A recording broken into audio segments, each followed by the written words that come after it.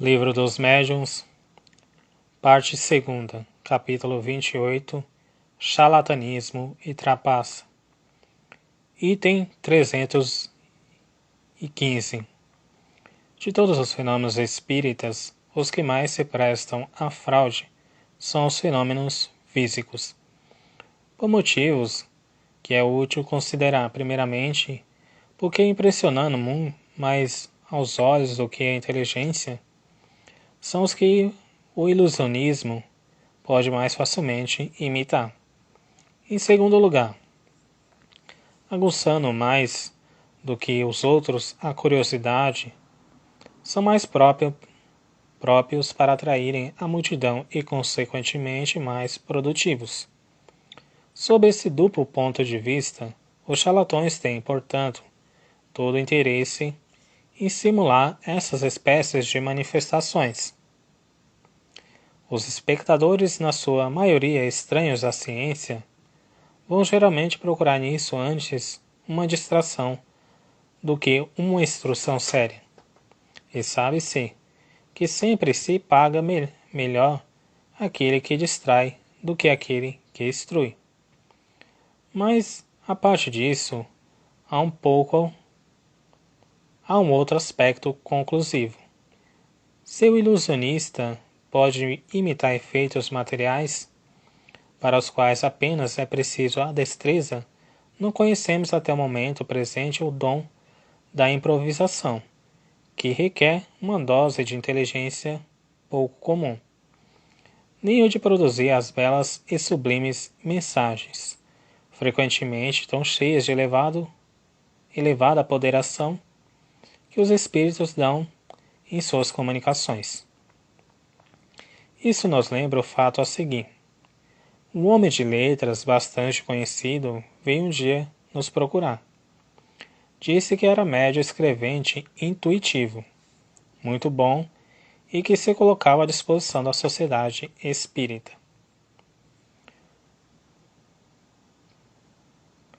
Como temos por hábito admitir na sociedade apenas médiuns cujas faculdades nos são conhecidas, nós lhe rogamos o favor de vir antes fazer suas provas em uma reunião particular. Ele submeteu-se a isso de fato nessa reunião. Diversos médiuns experimentados receberam mensagens ou respostas de uma notável precisão sobre sobre questões propostas e assuntos desconhecido por eles. Quando chegou a vez desse senhor, ele escreveu algumas palavras insignificantes, disse que estava mal disposto naquele dia e depois disso não mais ouvimos mais. Ele achou sem dúvida que o papel de médium de efeitos inteligentes era mais difícil de desempenhar do que supunha. Item 316. Em todas as coisas, as pessoas mais fáceis de serem enganadas são as que não são do ofício. O mesmo acontece com o espiritismo. Aqueles que não o conhecem são facilmente iludidos pelas aparências, enquanto um estudo prévio atento os inicia não somente na causa dos fenômenos, mas nas condições normais em que se podem produzir, fornecendo a eles assim os meios de reconhecer a fraude, se ela existe. Item 317. Os médiuns trapaceiros são censurados, como o merece na carta a seguir, que reproduzimos na Revista Espírita do mês de agosto de 1861, Paris, 21 de julho de 1861. Senhor, pode ser estar em desacordo sobre certos pontos e estar em perfeito acordo sobre outros. Acabo de ler na página 213 do último número de vosso jornal reflexões sobre a fraude em matéria de experiências espiritualistas ou espíritas. Reflexões a que sou feliz em me associar com todas as minhas forças. Aí, toda a dissidência em matéria de teorias e de doutrinas desaparece como por encanto.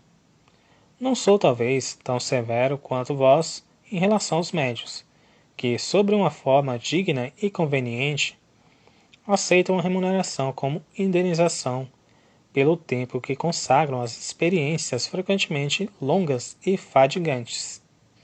Mas eu sou como vós, e não se poderia ser menos, em relação àqueles que, em semelhante caso, suprem pela falcatrua e pela fraude a ausência ou a insuficiência dos resultados prometidos e esperados. Veja a questão 331. Misturar o falso com o verdadeiro, quando se trata de fenômenos obtidos pela intervenção dos espíritos, é certamente uma infâmia, e haveria adulteração no senso moral do médium que acreditasse poder fazê-lo sem escrúpulo. Conforme frisaste com exatidão, é lançar o descrédito sobre a coisa no espírito dos indecisos. Desde que a fraude seja reconhecida, acreditaria que é comprometer da maneira mais deplorável os homens dignos que prestam aos médios o apoio desinteressado de seus conhecimentos e de suas luzes, que se fazem fiadores de sua boa fé, e que os patrocinam de algum modo. É cometer para com eles uma verdadeira deslealdade.